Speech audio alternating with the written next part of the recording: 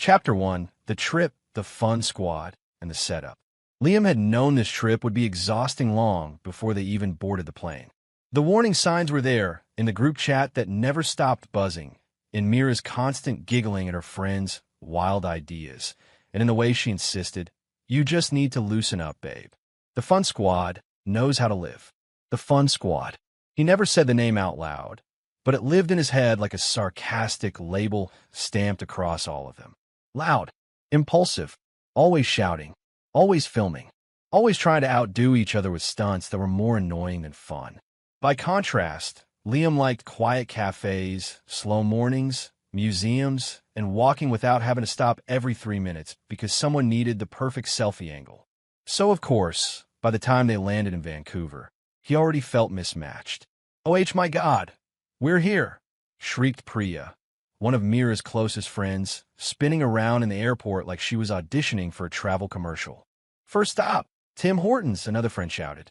No. First, group photo," yelled Arjun, already holding his phone above his head. Liam instinctively stepped back, but Mira grabbed his wrist. "Come on, don't be lame," she whispered sharply. He forced a smile for the picture as 6 people squeezed in a frame, half of them yelling things like "and Canada," just as a shutter clicked.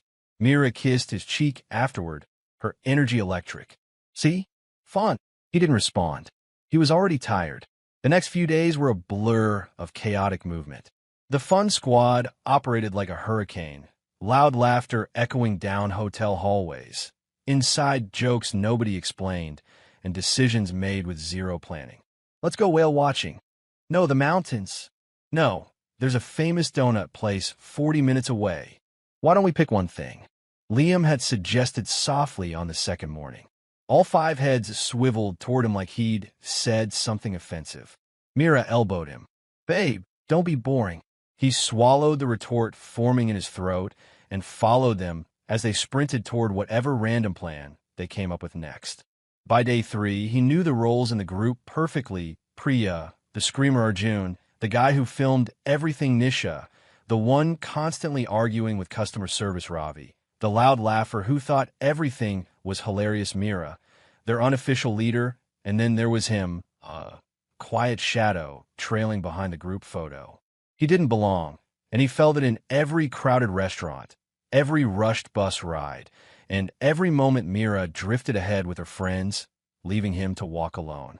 On their 4th day, while standing on a cold pier as everyone posed like models in a fashion ad, Mira looped her arm through his and leaned against him. "You okay?" she asked.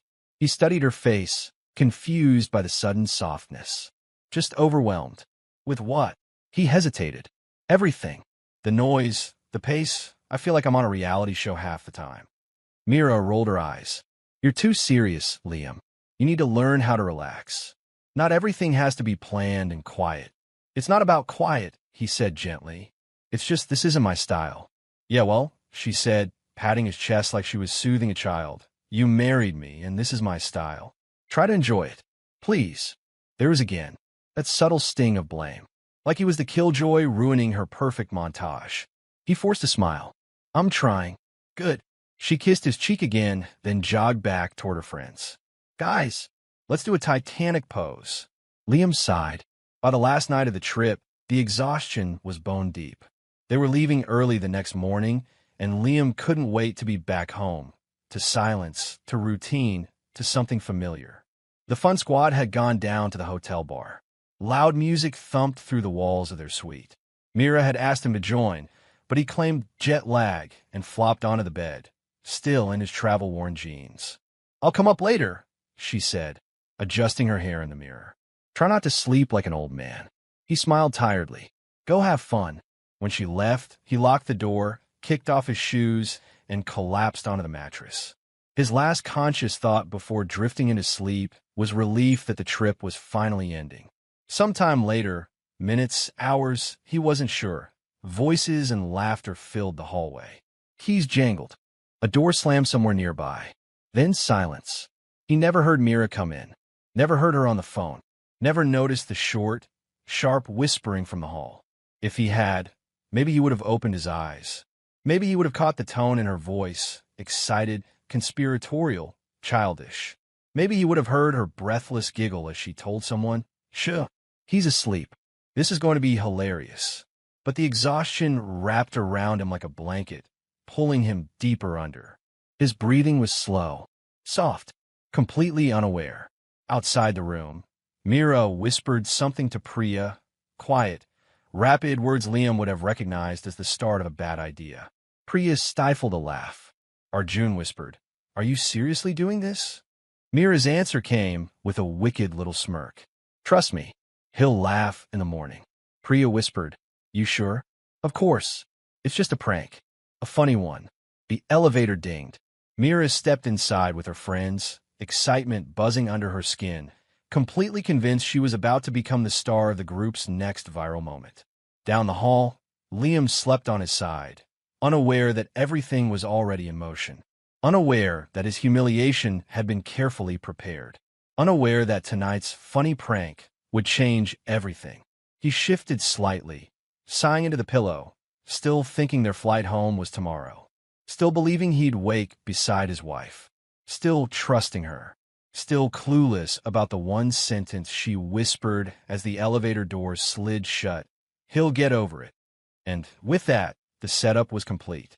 The trip was ending, and Liam, sleeping soundly in a dark hotel room, had absolutely no idea what waited for him when morning came. Chapter 2: The Prank, Abandoned in a Foreign Country. Liam woke to silence. Real silence. No thumping footsteps from the fun squad. No Mira humming as she scrambled around the room. No zippers, no hairdryer, no perfume sprays. Just the faint hum of the hotel air conditioning. His eyes blinked open slowly. The sunlight pushing through the curtains was brighter than it should have been. "What time is it?" He grabbed his phone. 9:47 a.m. His stomach dropped. Their flight was at 11:10. "Mira," he called, voice rough from sleep. No answer. He sat up, confused. The other side of the bed was perfectly made, the sheets untouched. Her suitcase, normally a messy explosion of clothes, was gone. Her charger was unplugged. Her shoes were missing. "Mira," he repeated, louder now. Silence. A cold ripple of confusion ran up his spine. He stood, stumbling toward the bathroom. Empty. Lights off. Towels folded neatly. He rubbed his face, heart rate climbing.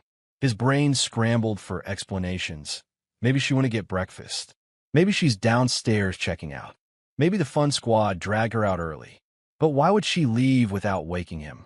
Why didn't she shake him and say, "Babe, we're late," the way she always did? He checked his phone again. No messages. No missed calls. Something was wrong. He grabbed his suitcase and bolted out of the room, still wearing yesterday's shirt. The elevator ride felt endless. By the time the doors slid open into the lobby, he was sweating. The fun squad wasn't there. No luggage carts. No familiar voices.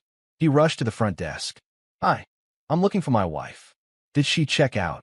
The clerk typed for a moment, glanced up, then hesitated. Yes, sir. She checked out early this morning. With a group." Liam's blood ran cold. "With a group?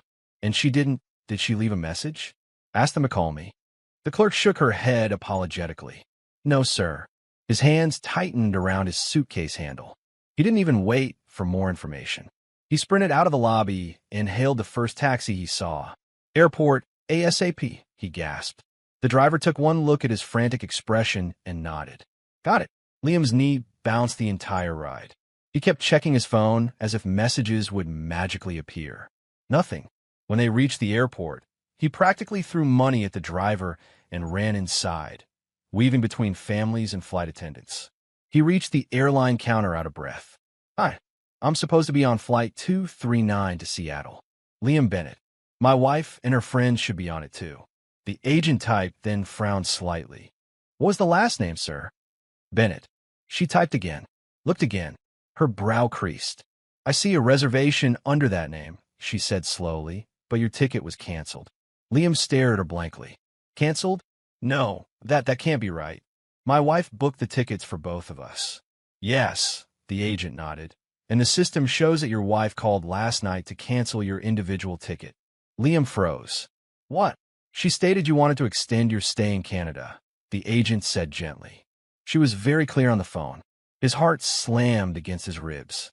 No, no, that's not right. I never said that. That's not true. The agent gave him a sympathetic look.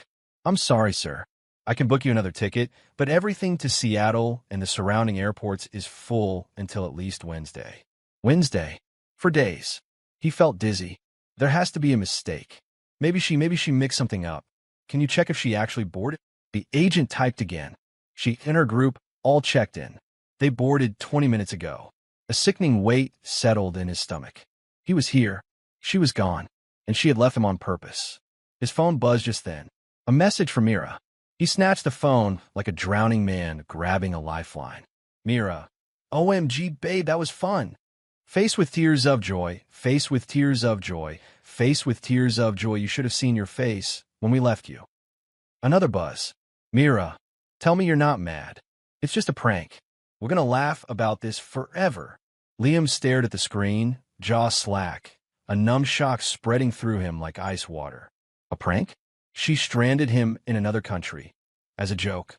He typed back with shaking hands. Liam, you cancel my ticket? Less than 10 seconds passed. Mira, yes, the reaction is priceless. I told the girls you'd freak out. His breath hitched. Mira, relax, babe. You're always so uptight. This will teach you to have fun. He felt something twist painfully in his chest. A hollow, crushing humiliation. People at the airport brushed past him, but he couldn't move. His wife, the person he trusted, had humiliated him, abandoned him, and laughed about it. He typed again, fingers stiff. Liam, you didn't think to tell me? Warn me? Ask me? Mira replied instantly. Mira, if I told you, it wouldn't be a prank. DUH face blowing a kiss. He closed his eyes, the world spinning slightly. A whisper escaped him. Jesus, Mira. Another message lit the screen. Mira, babe, don't pout. We'll tell people it was your idea. You wanted some time alone in Canada. Sound cool, right? Faced with tears of joy, he couldn't breathe. Not because the airport was crowded, but because the betrayal was suffocating. He wandered to the nearest bench and sat down, numb, staring at the floor. People wheeled their suitcases past him. Kids ran around. A couple argued about coffee. Life went on normally for everyone else. But inside him, something ruptured. He whispered to himself, why would she do this? Why? He didn't know if he expected an answer. His phone buzzed again. Mira, anyway, we just landed in Seattle. See you when you get back. Don't be dramatic, huh? Another message. Mira, love you, face blowing a kiss, 2 hearts. That broke him more than anything else. The casual affection. The heart emojis. Like she hadn't just shattered his trust. Like she didn't understand how deeply she'd humiliated him. Like it was all a game. Liam leaned forward, elbows on his knees, hands clasped over his mouth. Stranded. Alone. In a foreign country. Because his wife wanted her friends to laugh. He lifted his head slowly, swallowing the sting in his throat. He wasn't angry yet. Anger would come later. Right now, he was only one thing broken. And completely, utterly betrayed. Chapter 3. Stuck, exhausted, and alone. Liam left the airport with the same feeling people must have after a car crash. Dazed, embarrassed, unsure how the world kept moving around him as if nothing strange had happened. He stepped outside, dragging his suitcase like it weighed 100 kilos. Cold air slapped him in the face, numb and sharp, making his eyes sting even more than they already did. The taxi line stretched long. People chatted happily, excitement buzzing in their voices. No one else looked like their life had just imploded. He stood there for a few seconds, watching the traffic pass, feeling that same sick heaviness in his stomach. Where do I even go? What do I do now?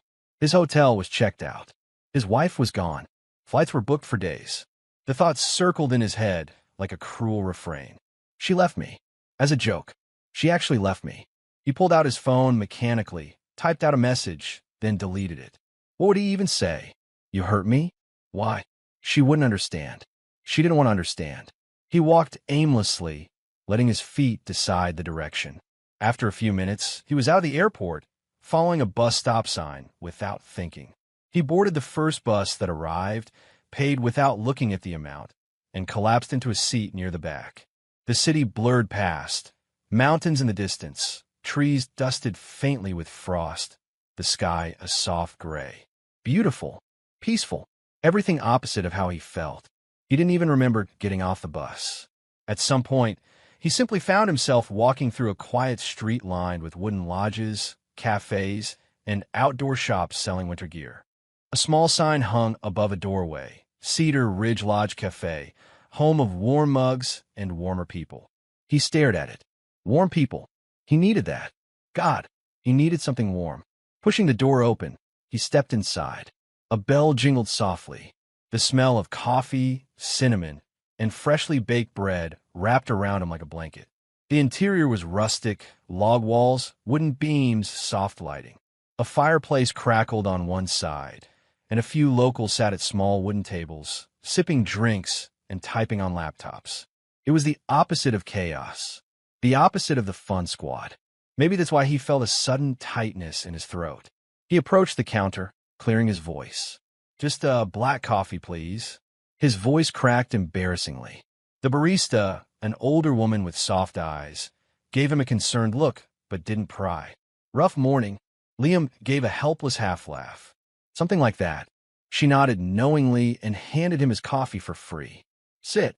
Breathe. Coffee's on the house today." His eyes stung again. "Thank you." He found a seat near the window and sank into the wooden chair, both hands wrapped around the warm cup like it was the last thing anchoring him to earth. He stared out at the street, replaying the morning again and again. "She left me. She really left me." "Hey," a voice said gently. "You okay?" Liam looked up. A woman stood beside his table, early 30s, maybe. Warm brown eyes. Soft brown hair pulled loosely into a ponytail. A camera hung from her neck, a professional one, not the kind tourist spot on sale. She wasn't overly cheerful, or loud, or intrusive. Just present. He cleared his throat. "I'm fine." She tilted her head slightly. "You look like someone who just found out coffee shops don't serve coffee anymore." He let out a breath that sounded more like a tired chuckle. "Something like that." She hesitated, then pulled out the chair opposite him. "Mind if I sit? You look like you could use human company. Quiet human company." He blinked. No one had ever phrased it like that. "Sure," he said quietly. She sat down, setting her camera on the table. "I'm Sarah." "Liam." She gave him a small smile. "Nice to meet you, Liam. Even if you do look like your soul is trying to escape your body." He laughed weakly. "Bad day. Looks like a bad week." Liam stared at his coffee. "Something like that." She didn't pry. Instead, she pulled out a small pastry from a paper bag and nudged it toward him. "Here. It's a maple butter tart. Considered emotional first aid." Liam shook his head. "You don't. I insist," she said. "Sugar helps the brain during trauma. Science. Or at least that's what I tell myself." He huffed a small laugh again, his first real one since the airport, and took the tart. "Thanks. Anytime." She lifted her camera and scrolled through pictures. Snowy forest trails, lakes, birds, the city skyline at sunset. "You're a photographer?" Liam asked. "Professional one," she nodded. "Weddings, wildlife, travel, anything that involves catching real moments. Most of my clients are tourists looking for something more meaningful than selfie stick photos." "That's actually really cool." "Well," she said, glancing at his exhausted expression, "not as exciting as whatever destroyed your morning, but it pays the bills." Liam exhaled slowly, then surprised himself by saying, "My wife stranded me." Sarah blinked. "Sorry." He rubbed his eyes. "She left Canada without me. Cancel my ticket." As a prank. Her face didn't twist in judgment or shock the way he expected. Instead, her brows knit together in quiet sympathy. "That's not a prank," she said softly. "That's cruelty." The words hit him hard. He swallowed. "Yeah," he whispered. "How long until you can get a flight out?" "For days," Liam said. "Everything is booked." Sarah nodded slowly, thinking, "Do you have a place to stay?" "No. We checked out this morning. I just walk until I found this place." She leaned forward slightly. "Okay. First step, lodging. There's a hostel 2 blocks from here, quiet, clean, cheap. I know the owner. He's a good man. He'll get you a bed." Liam blinked. "You don't have to help. I want to," she said simply. "You look lost, and I'm not the type of person who watches someone drown when I could throw them a rope." He looked down at his hands. "Thank you." Second step, she continued, a plan. After you settle in, I can help you find a travel agent. They can sometimes get seats airlines don't release online. Liam stared at her, overwhelmed by the simple kindness. Why are you being so nice to me? He asked softly. Sarah shrugged. Because someone should be. His throat tightened. She stood, hooking her camera strap over her shoulder. Finish your coffee. Meet me outside when you're ready. I'll walk you to the hostel. Liam nodded slowly, unable to speak. As she walked toward the door, she glanced back once. You're not alone, Liam. Not today. The bell jingled as she stepped out.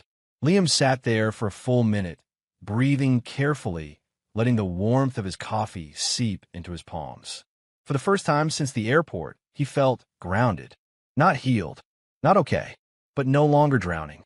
He stood, grabbed his suitcase, and headed for the door, toward the one person who had shown him more patience in 30 minutes than his wife had in years. Chapter 4. Sarah and the Unexpected Calm. Liam had expected the next few days to feel like punishment, cold air, unfamiliar streets, the heavy embarrassment of being a grown man stranded because his own wife thought it would be funny. Instead, strangely, they felt bearable. Maybe it was because he wasn't completely alone anymore. Maybe it was because of Sarah. For the first time since Mira and the Fun Squad disappeared across the border, Liam woke up without panic squeezing his ribs. The hostel bunk creaked beneath him as he sat up, blinking at the dusty sunlight slipping through the curtains. He had actually slept, for almost 8 hours. The other guests were already gone, leaving the room quiet. His phone lay on the small metal locker beside him, vibrating nonstop. 30 unread messages. 6 missed calls, 4 voice notes, all from Mira. The sight of her name didn't stab him the way it did yesterday. Now it sparked something else, an exhaustion that ran deeper than frustration. He didn't open a single message. He just shoved the phone into his jacket, grabbed his bag, and stepped outside. The hallway smelled faintly of old carpet and coffee. He headed down to the lobby, where he spotted Sarah sitting cross-legged on one of the couches, editing photos on her laptop. Loose strands of her hair had escaped her braid, and the morning light softened her profile. She noticed him almost immediately. There you are, she said, closing the laptop slightly. I was starting to think you overslept, and I'd have to raid your room like a concerned aunt. Her humor was still calm, still quiet, never loud or intrusive. Not like the Fun Squad's exhausting, attention-hungry energy. I did oversleep, Liam admitted, but it felt good. She grinned. That's the spirit. Coffee. He nodded, and the two walked out into the crisp morning air. Toronto was still stretching awake, shops opening, streetcars humming, early commuters bundled up and rushing. But for Liam, the city no longer felt hostile or foreign. With Sarah walking beside him, it felt manageable. They ended up at a small cafe near the lodge where they first met. The barista recognized Sarah and handed her a drink without her even ordering. Local celebrity? Liam teased. Regular customer, she corrected, tapping the lid. There's a difference. Celebrities probably get free stuff. I just get pity smiles and bonus cinnamon. Liam's laugh came easier than he expected. He ordered his drink, and they took a seat near the window. Sarah pulled out a folded piece of paper from her bag and pushed it toward him. I made a list, she said, of travel agent offices, alternative airlines, and bus routes to nearby airports, just in case Toronto's still being difficult. He stared at the neat handwriting, practical suggestions, numbered options, even estimated prices. You didn't have to do this, he murmured, touched. I know, she replied simply, but you look like a guy who hasn't had someone in his corner for a while. The words hit him harder than he expected, because she was right, and because the truth hurt. For years, he had been the steady one, Mira's rock, her planner, her default support system. But somewhere along the way, the balance had shifted. His stability had become the punchline, his seriousness a flaw, his boundaries an inconvenience. Not once had Mira or any of her friends sat down and helped him with anything that mattered to him. Not like this. He took a slow breath. Thank you. Sarah shrugged lightly, sipping her drink. Everyone needs a bit of kindness sometimes. Doesn't cost much to give it. They talked for a while about simple things. Photography, traveling, Liam's job, her favorite trails. It all felt strangely natural, as if they'd known each other longer than a few days. At one point, she said, "Let's walk. You look like you've been sitting inside your own head too long." So they walked through the busy waterfront, along the quiet side streets lined with old brick buildings, past a cluster of food trucks where she insisted he try a maple bacon pastry because it's a Canadian rite of passage. And with every step, the heaviness inside him loosened. She didn't demand explanations. She didn't push him to cheer up. She didn't mock him for being upset. She just walked beside him, steady and patient. At one point, his phone buzzed so violently that he instinctively pulled it out. Mira's name filled the screen again. "Mira, Liam, answer me. OMG, this isn't funny anymore." Another message popped up immediately. "Mira, you're taking this way too seriously. It was a joke, babe. Lighten up." And another. "Mira, are you seriously ignoring me? After everything?" Liam stopped walking, staring at the notifications piling up. She's been calling nonstop. Sarah didn't peek at the phone. She just studied him carefully. "Are you okay with talking to her right now?" "I don't know." "That's a very honest answer," she said softly. They sat on a bench by the lake, watching the ripples move with the breeze. Liam finally put the phone on silent. "This isn't the first time she's embarrassed me," he admitted. "But this is the worst." Sarah didn't say leave her, or she's awful, or anything dramatic. She simply asked, "What do you need right now?" No one ever asked him that.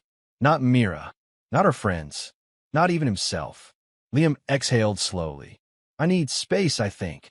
"Then that's what we're taking," Sarah said matter-of-factly, standing and motioning him to follow. "Come on, there's a small market nearby. Great for distracting, overwhelmed husbands who've been abandoned by their joke-obsessed wives." Her tone was light, but her intention was solid.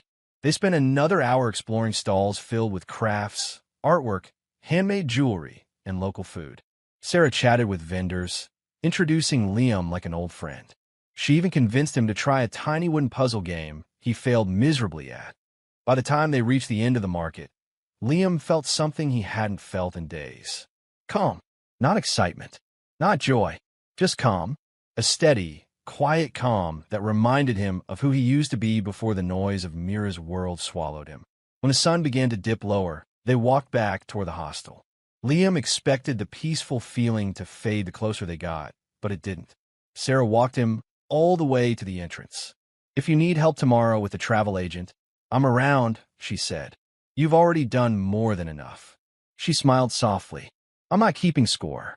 As she turned to leave, Liam felt a sudden, unexpected warmth in his chest, gratitude, comfort, and the simple relief of not being judged. He headed upstairs to the quiet hostel room. As soon as the door closed behind him, his phone lit up again in the dimness. "Mira, why aren't you picking up? This is getting ridiculous. Mira, you're making me look crazy. Mira, just laugh it off already." It was a fun prank, Liam. Everyone thought so.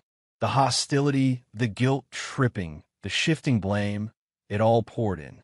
But for the first time, Liam didn't crumble under it. He just placed the phone face down on the bed. Because right now, after days of chaos, panic, and humiliation, someone had finally shown him peace. And he wasn't ready to give that up yet.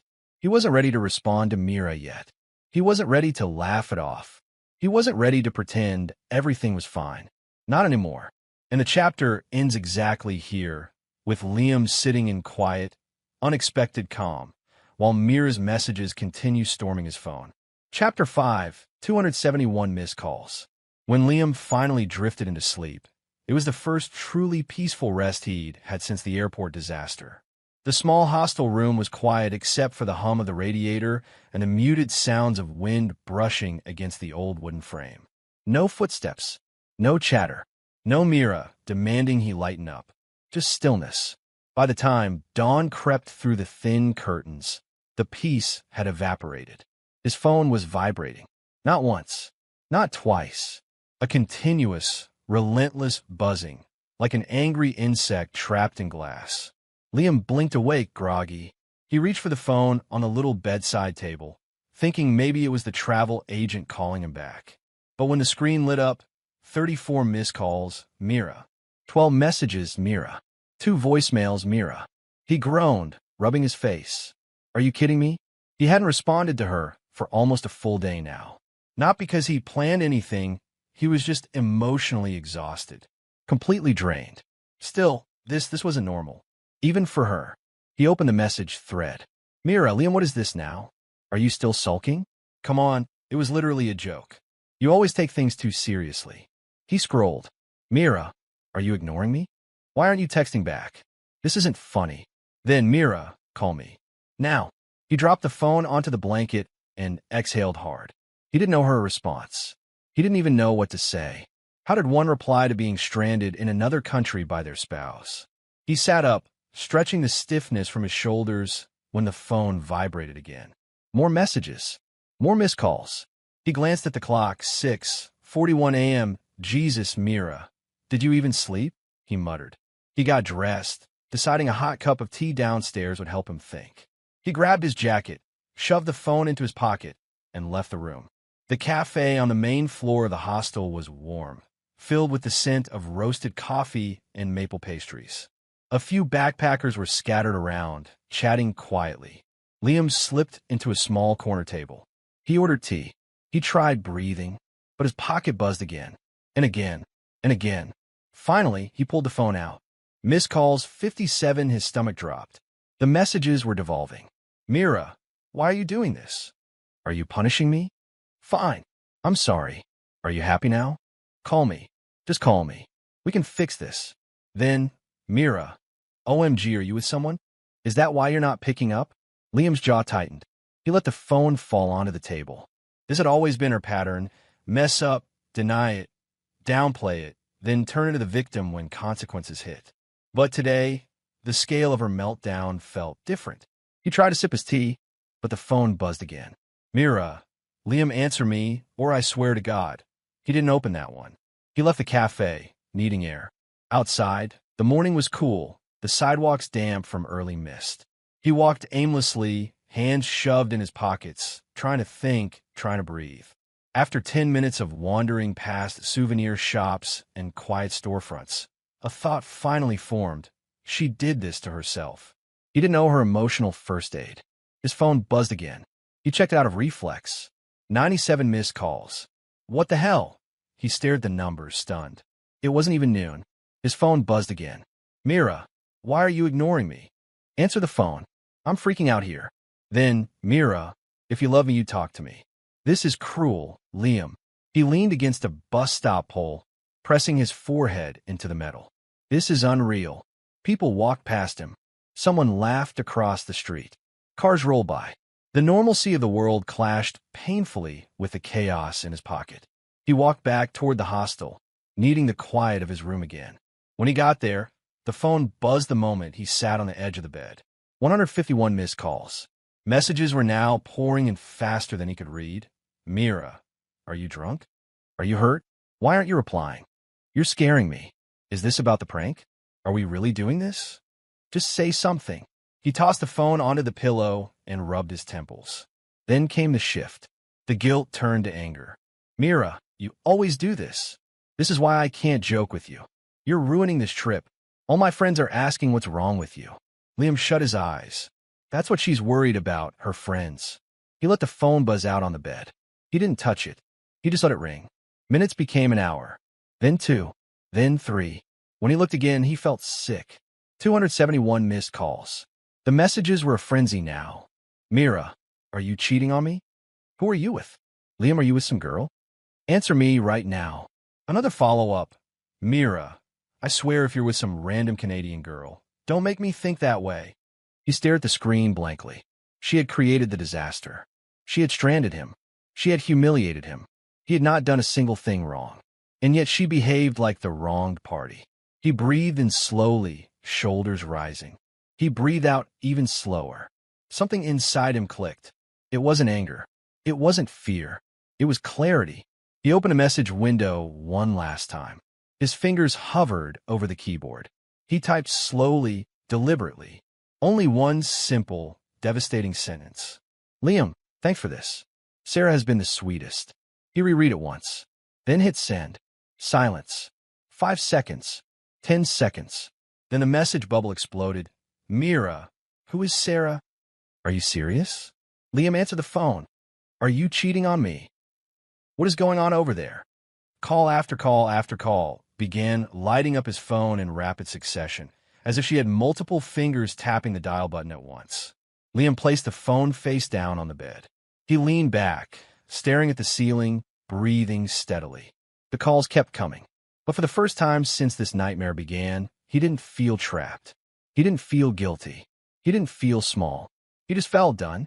And that was where this chapter ended. Chapter 6, The Internet Explosion. Liam didn't check his phone again after sending the message about Sarah. He left it face down on the bed, the screen lighting up every few seconds like a flickering warning sign he no longer cared to obey.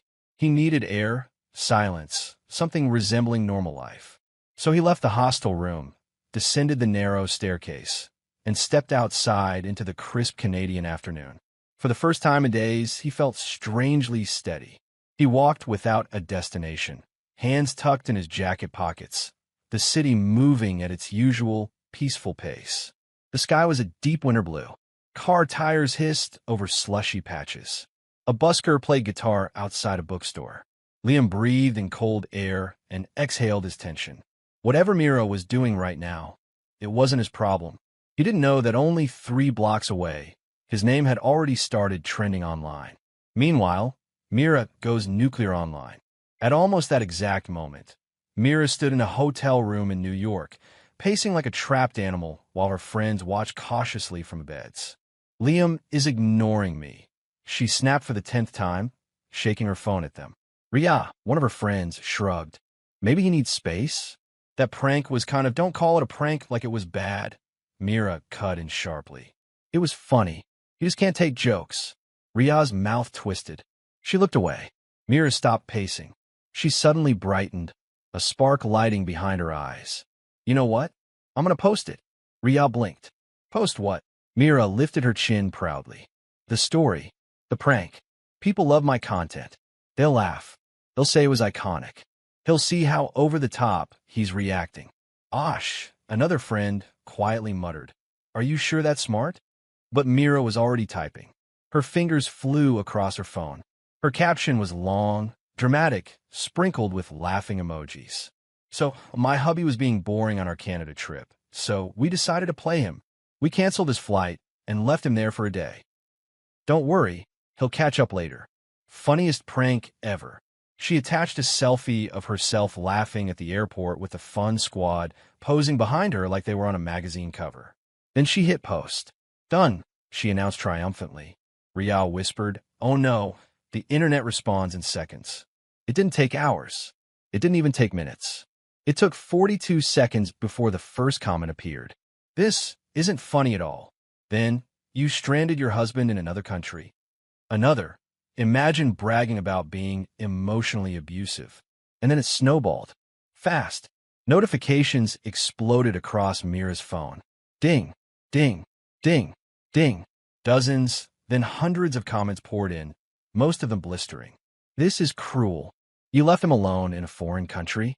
Not a prank. This is manipulation. Does he need help? Is he safe? Poor guy, divorce her. This is the most heartless thing I've ever seen, posted proudly. Mira's smile faltered. What the? Why are people being so dramatic? Ash stepped forward slowly. Mira, you did leave him. It wasn't stop, she snapped, glaring at her friend. You all said it was funny too. Ria shook her head. We didn't think you'd post it to the whole world. But it was too late. Screenshots spread like wildfire. Facebook groups picked it up. Reddit threads appeared in relationship forums. TikTok creators stitched the story with dramatic reenactments. Twitter users dragged her with quote retweets like a digital tidal wave. Within 2 hours, her name was trending. Justice for Liam, her post, now with tens of thousands of comments, was a bonfire. Mira scrolled through them, her face going pale. Her co-workers commented publicly, Mira, please delete this. This is not okay. Her boss commented, is this a joke? You abandoned your spouse. Her mother texted her, call me now. What have you done? The final blow came when someone uploaded a change.org petition titled, Support Liam. What Mira did was not a prank, it was abuse. and it gained 25,000 signatures within 2 hours. Mira made a strangled sound in the back of her throat. Ria whispered, "You need to take the post down." Mira screamed, "No, if I delete it, they win." But her hand was shaking so hard she could barely hold the phone. Another notification popped up. New TikTok. Woman leaves husband in Canada as prank. He meets another girl. 1.7 M views. Her eyes widened. Her breath stuttered. Another girl? She scrolled desperately until she saw it. A user shared a screenshot of Liam's text to her. "Thanks for this. Sarah has been the sweetest." Her voice cracked. No, no, no, no. Her anger flared like gasoline catching fire. She hit the call button. Back in Canada, Liam's phone explodes again. Liam had just stepped back into the hostel lobby when his phone started vibrating nonstop. Not with the frantic rhythm of individual calls, but with the chaotic pulse of social media notifications. He frowned. He hadn't posted anything. He hadn't even opened his accounts. He finally unlocked the screen and froze. Dozens of strangers were tagging him. Hundreds were messaging him. His phone was blowing up. And in the middle of everything, Mira was calling. Again, again, again.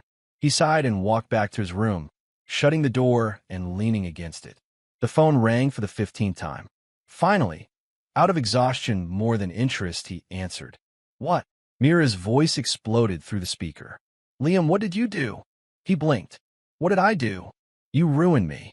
The internet is attacking me because of you. You need to get online right now and fix this." Liam almost laughed. It wasn't humor. It was disbelief.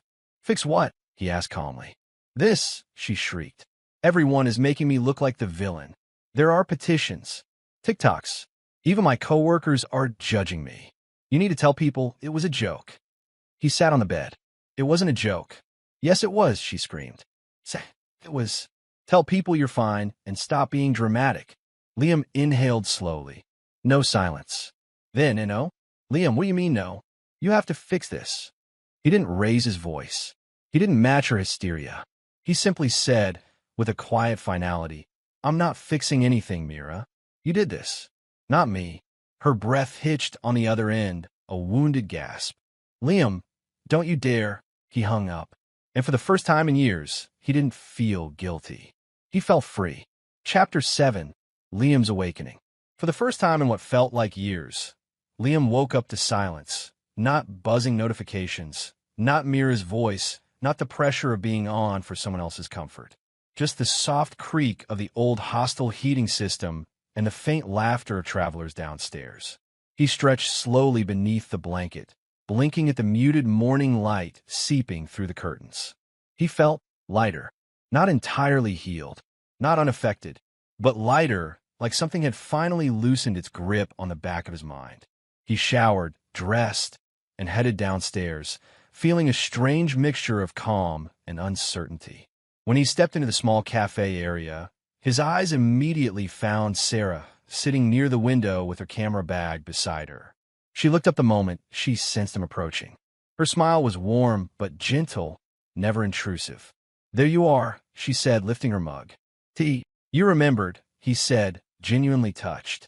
"You mentioned you drink it in the morning," she shrugged. "So I ordered one just in case." No one had made thoughtful gestures for him in a long time, not without expecting something in return. Mira's kindness always came with a condition, spoken or unspoken. Sarah's didn't. "Thanks," he said quietly, taking the seat across from her. She studied him for a second. "You look more rested." "I feel it. Good." She sipped her drink. "Rough night." He thought of the calls, the screaming, the panic in Mira's voice, all the emotional storms she'd thrown at him. He simply answered, "A bit." She didn't ask for details. She didn't pry. She just nodded, accepting his answer as it was. They sat in comfortable silence for a moment. Outside the window, snow flurries drifted lazily across the street. Inside, soft indie music played through the speakers. It struck Liam how peaceful the moment was. When had his mornings last felt this calm? Months? Years? He wasn't sure. A walk through the cold. After breakfast, Sarah stood and slung her camera bag over her shoulder. "I'm heading out to shoot by the river. Want to come? Fresh air might help." Liam hesitated, not because he didn't want to, but because he was so used to needing permission, approval, coordination, physical and emotional check-ins with Mira. It felt strange realizing he didn't have to text anyone, didn't have to justify where he was going, didn't have to report anything. "I'd like that," he said. They stepped outside into the cold, their breaths puffing into the air in small clouds. She walked at a relaxed pace, matching his stride effortlessly. "So," she said as they approached the park, "you mentioned you're not a big photography person. Want a crash course?" He chuckled softly. "Why not? I could use a distraction." She handed him the camera, adjusting the strap around his neck with a care that caught him off guard. "Okay, rule 1, don't drop it. I'm attached to this thing emotionally." "Noted." "Rule 2, find something that makes you pause." "Pause." "Yeah, something that pulls your attention. A shape, a color, a moment." Photography is basically capturing the things your heart notices first. He gave her a sideways glance. "That sounds philosophical." "Everything is philosophical if you're sleep-deprived," she teased. They stopped at a small patch of frost-covered grass, sparkling under a sunbeam. Liam lifted the camera hesitantly and snapped a photo. He looked at the screen. It was terrible. Sarah leaned in. Okay, not your best work. But we'll get there." Her laugh was genuine, not mocking. Liam found himself smiling back. Long conversations and quiet realizations. They walked by the river for over an hour, sometimes talking, sometimes walking in silence. Sarah talked about growing up in Ontario, how she fell into photography, her love of capturing everyday beauty. Liam really talked about things he hadn't shared in years. His job, his sister Grace, his hobbies Mira always dismissed as boring. His dreams he once had before life became a pattern of navigating someone else's emotional storms. At one point, Sarah paused mid-step, looking directly at him. "You know," she said, "you're a good storyteller. You think deeply about things." He blinked, almost startled. "No one's ever said that to me." She frowned slightly. "Really?" He shrugged. "I guess. I'm usually told I overthink." "For what I can tell," she said, "that's just called being thoughtful." He swallowed hard. Because it hit him, he had been shrinking himself for years, softening his edges, biting his tongue, walking carefully around Mira's moods like a tightrope walker over fire. He hadn't realized how exhausting it all was until he wasn't living in it for a moment. He inhaled the cold, crisp air deeper than before, as if trying to clear space inside his chest. Afternoon warmth. They returned to the hostel midday. The cafe was busier now, but Sarah waved him over to a quieter table in the corner. She ordered a grilled cheese. Liam ordered soup. They talked again, but lightly this time. Movies, food, childhood stories. Safe topics that didn't poke at wounds, but still made him feel connected. And then his phone buzzed. He tensed instantly. Sarah noticed. "Do you need to check it?" "No," he said quickly. "Sure." He nodded. "I've been reacting to her for so long that choosing not to react feels weird." But good weird. Sarah didn't push. She simply said, "Take your time." With everything. That phrase, "take your time," warmed something deep in him. No one had said that to him in years. The slow return of self-worth. Over the next few days, a rhythm formed. Mornings, tea with Sarah. Afternoons, photography walks, or quiet hours reading in the lounge. Evenings, simple meals, simple conversations, simple peace. And every day, Liam felt a layer of fog lifting. He noticed how his shoulders weren't always tight, how he could breathe without the fear of being scolded, judged, or guilt, how he laughed, genuinely, without worrying someone would call him dramatic or sensitive. He started understanding things he had buried under excuses. The jokes at his expense, the constant dismissal, the emotional manipulation disguised as passion, the tiny ways he'd been controlled, molded, shaped into a version that served her comfort more than his happiness. Each day away from Mira wasn't just distance. It was clarity. It was awakening. And the more he stepped into this quiet freedom, the more he realized how deeply lost he had been inside his own marriage. A quiet turning point. One evening, as Sarah showed him how to adjust the ISO settings on her camera, he caught himself smiling. Not forced, not polite, but real. Sarah looked up from the camera settings and raised an eyebrow. What's that look for? He hesitated, then said the truth. I haven't felt this peaceful in a long time. She didn't say you deserve peace. She didn't say you've been through hell. She didn't say your wife sounds awful. She simply held his gaze, her voice soft. I'm glad you're getting some of it back. And he realized that's what had been missing. Not love, not passion, not excitement, but peace. A feeling of being allowed to exist without performing. He nodded slowly, quietly. Yeah, he whispered. Me too. And with that moment of clarity, of finally seeing himself again, Liam's awakening truly began. Chapter 8, Mira Strikes Back. Liam had settled into a routine that, for the first time in years, made mornings feel like something he actually looked forward to. The cafe was warm, the streets were quiet, and Sarah's presence brought a calm he had long thought impossible.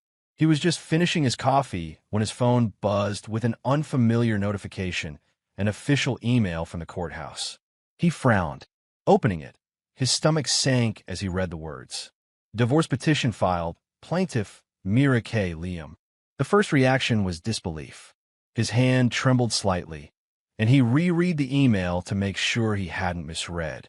She's filing for divorce? Already? The legal jargon detailed her claims. Liam had been emotionally distant, uncommunicative, neglectful. She framed herself as the injured party, choosing the divorce for her mental health and well-being. His first thought, this is insane. Then a second, slower realization settled in. This isn't about the law. It's a public relations maneuver. The call from the outside world. His sister, Grace, was the first to call. Liam, are you sitting down? She asked before he could even speak. I'm looking at the paperwork, he admitted, his voice flat. She exhaled sharply. Oh, honey, she's trying to spin this. Everyone sees it as damage control, Liam. She's not a victim here. She's desperate, and she wants the narrative back. Liam sank into a chair by the window, staring at the falling snow outside. Desperate, narrative back, each phrase repeating in his mind. I can't believe she's actually doing this, he murmured. After everything. After abandoning me. After humiliating me. Grace was quiet for a moment. I know, but listen, and hear me on this, it doesn't matter what she claims. The truth is obvious to everyone who knows what really happened.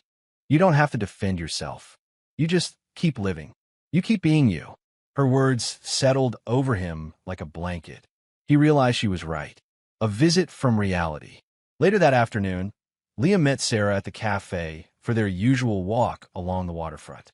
Her eyes immediately searched his face as he approached, sensing something heavier than normal.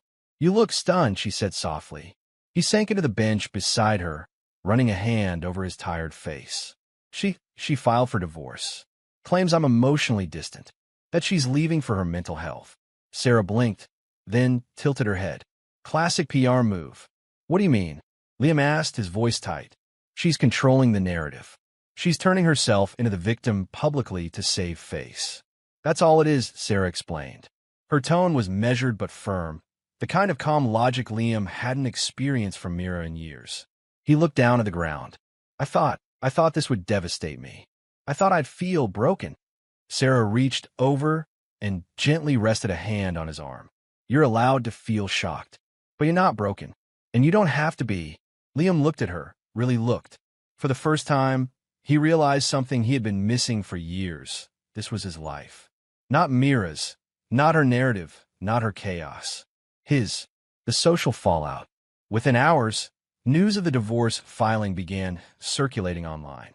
Social media exploded, dissecting every word of the legal filing.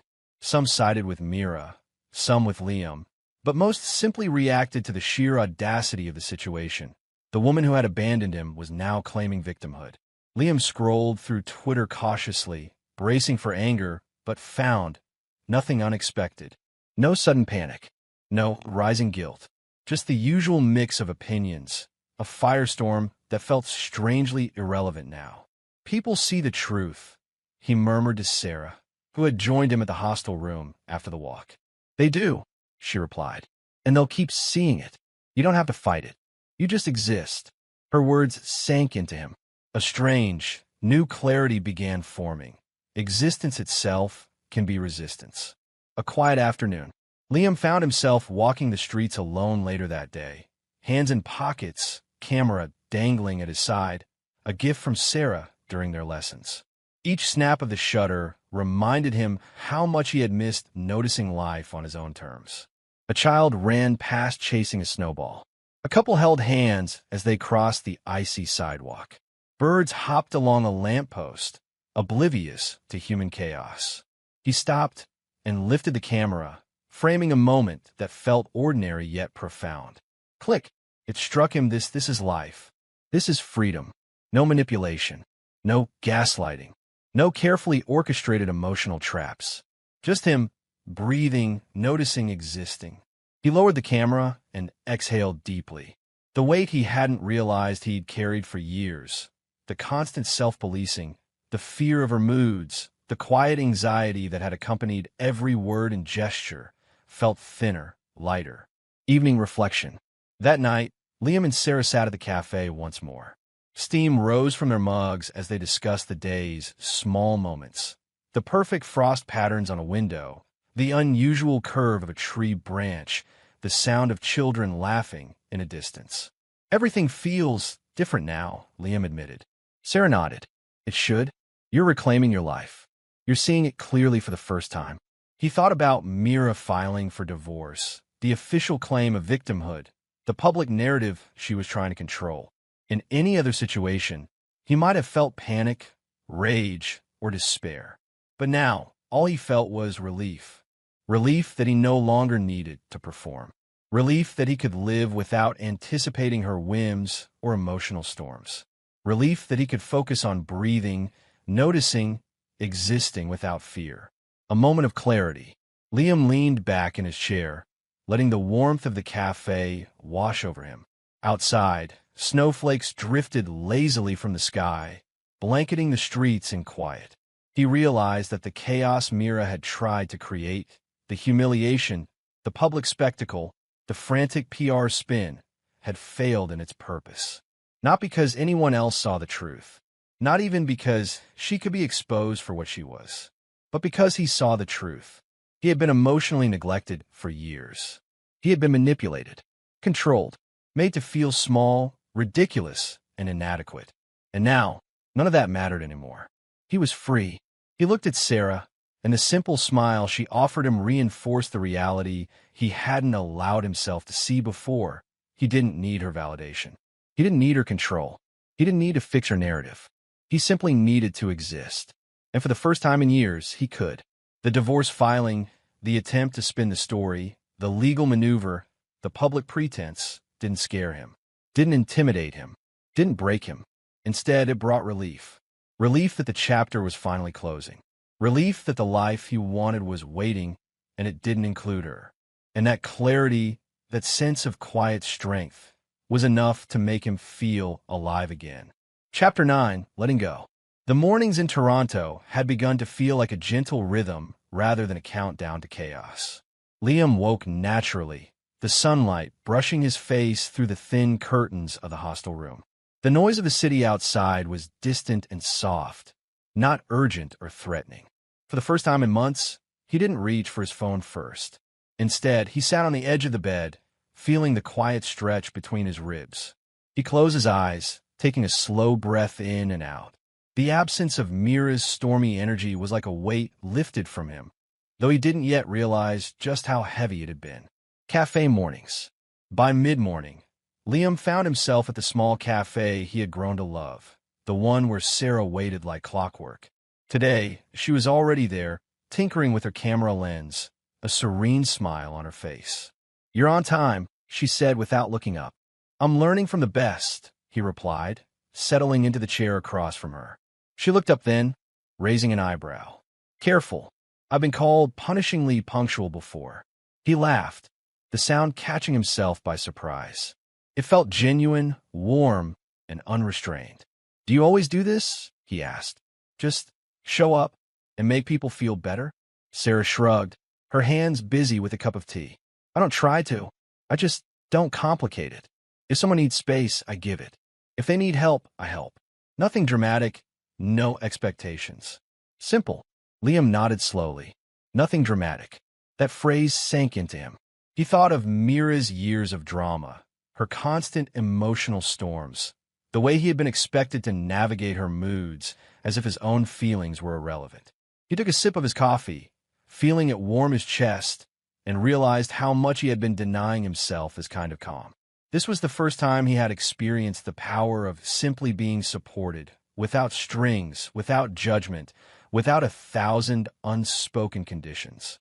Long walks and conversations. After breakfast, they walked along the familiar waterfront trail.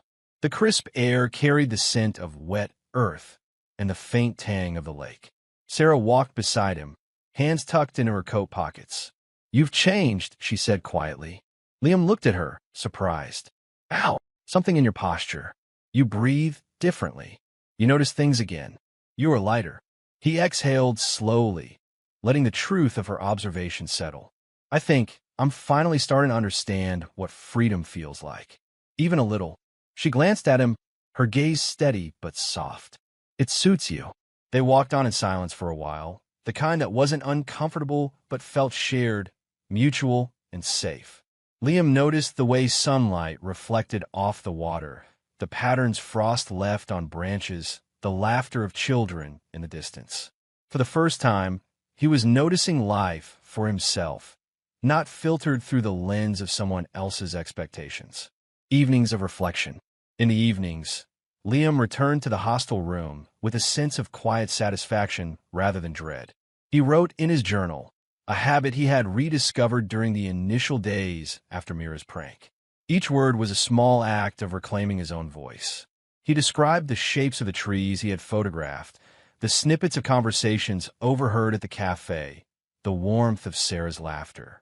It was in these quiet moments that he began noticing a remarkable truth. He trusted Sarah, not in a fleeting, casual way, but a deep, instinctive trust.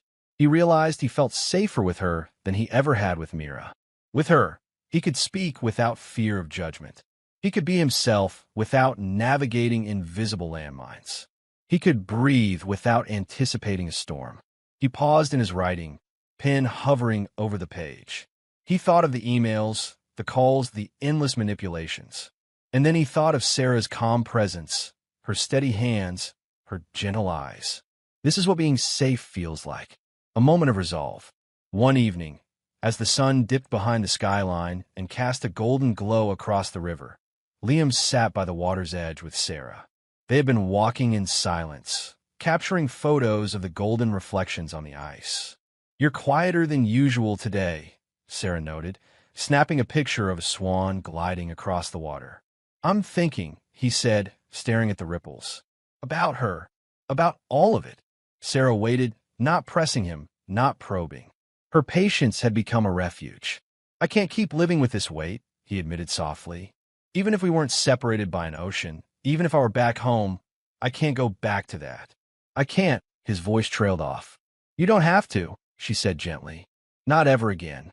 Her words hung in the air, simple and unyielding. For the first time, Liam felt clarity. "I can choose myself. I can choose my peace. I can let it go." The final message. Later that night, alone in his room, Liam finally faced the act he had been avoiding. He opened his phone, staring at Mira's name. He could feel the old tension rising in his chest, the pull of old habits, the urge to explain, to justify, to soothe her anger. But something had shifted. He had lived days without pandering to her emotional chaos. He had experienced calm, support, and respect from someone who was not bound to him by obligation. He had discovered that he deserved peace. His fingers hovered over the keyboard. He typed carefully, deliberately, each word carrying the weight of his new understanding. "I hope you find what you're looking for. I'm good here." He stared at the screen. The words felt like a release, like a hinge opening after years of being trapped. He read them again.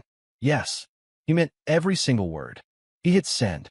The message left the phone and settled into the quiet of the night. Liam leaned back in his chair, a slow smile spreading across his face. For the first time in years, he felt a sense of closure, not forced, not artificial, not dependent on anyone else's reaction. He didn't wait for a reply. He didn't expect one. He didn't need one, because this time it was about him. And in the stillness of that evening, with the city lights reflecting off the river and Sarah's presence lingering gently in his thoughts, Liam finally understood what it meant to let go. Chapter 10, A New Beginning with Peace and Maybe Something More. The morning air was crisp, carrying the scent of snow and wet pavement. Liam stepped out of the hostel with a sense of ease he had never known in the years of his marriage. The city of Toronto was waking up, but it didn't rush him. He walked slowly, hands in his pockets, feeling the solid ground beneath his feet, each step grounding him in a new reality. For the first time in a long while, his life wasn't dictated by someone else's moods or expectations. His body moved freely, his mind was clear, and his heart didn't feel like it had been on constant high alert for years. Cafe rituals and morning light. He arrived at the cafe to find Sarah already seated, camera resting on the table beside her, a steaming mug of coffee in front of her. She looked up, her eyes lighting with warmth. "Morning, Liam," she said, raising her cup slightly. "Morning," he replied, settling across from her. For a moment, they simply watched the sunlight stream across the window, the world outside moving fast and bright. Liam took a deep breath, noticing the sense of calm that had become his companion. He realized he didn't feel the tight knot of anxiety he had carried for years. He didn't feel the pressure to perform, to appease, to justify. He just was. "You seem different today," Sarah said, a teasing note in her voice. He smiled. "I think I'm finally starting to feel like me again. Not the version of me she wanted. Not the version I forced myself to be. Just me."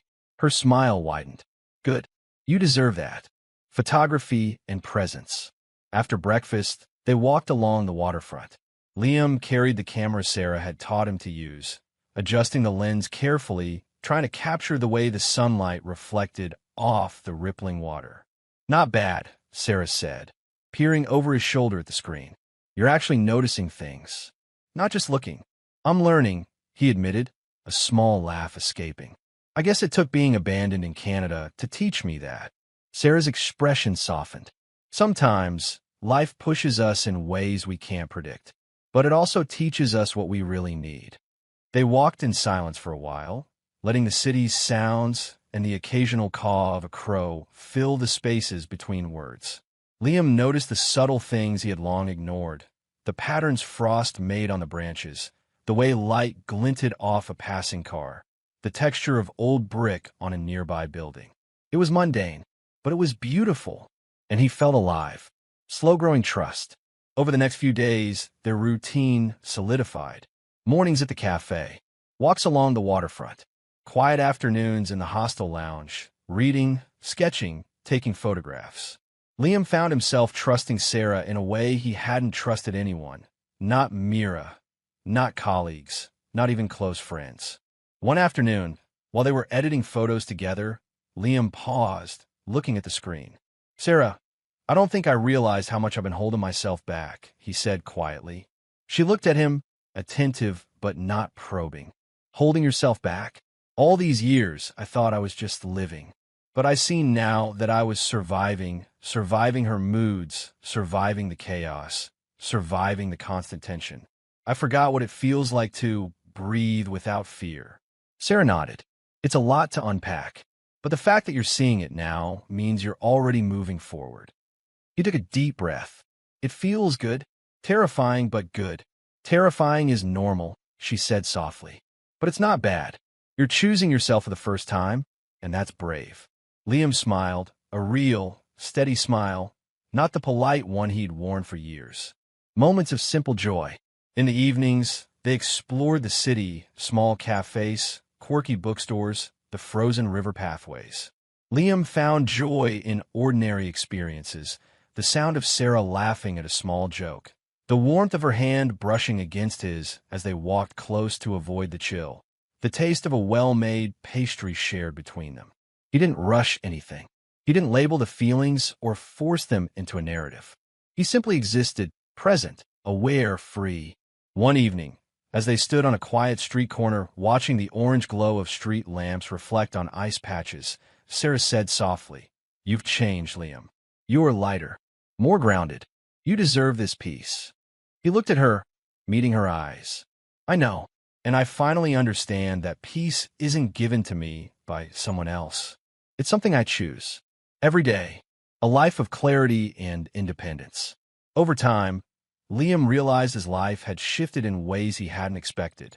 He wasn't constantly second-guessing his every action. He wasn't apologizing for existing. He wasn't trying to manage someone else's feelings to preserve his own safety. Instead, he built a life based on his own choices, waking up on his own terms, walking where he wanted, photographing what caught his eye, spending time with people who valued him as he was.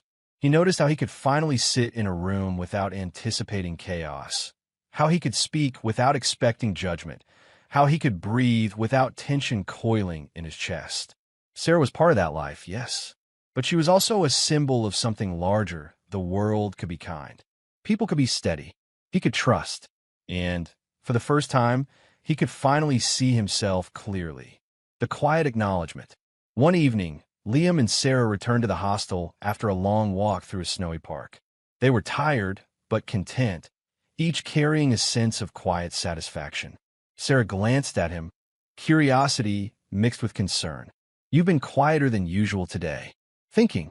Yeah, he admitted. Thinking about everything. About what I've lost and what I've found. About how much I needed to step away to see clearly. Sarah nodded. You've come a long way. I have, he said softly, almost to himself. And I think I finally understand what it means to truly choose myself. Not in rebellion, not in anger, not to prove anything. Just because I deserve it. A final step. Later that night, in the quiet of his room, Liam opened his phone. He had resisted for weeks, but now, with clarity and calm, he knew he had to close the last door fully. He typed carefully, deliberately. I hope you find what you're looking for. I'm good here. He read the message over once, twice, feeling its weight settle in his chest. Each word was true. Each word was final. He hit send, leaning back in his chair, letting the warmth of the room, the quiet of the city outside, and the gentle presence of his new life wash over him. For the first time in years, he felt complete. Not because of someone else. Not because he was trying to prove anything. Because he had chosen himself. And with that choice, his new life, one of peace, stability, clarity, self-respect, independence, and a slow, unhurried connection with Sarah, began to unfold naturally. He didn't rush it.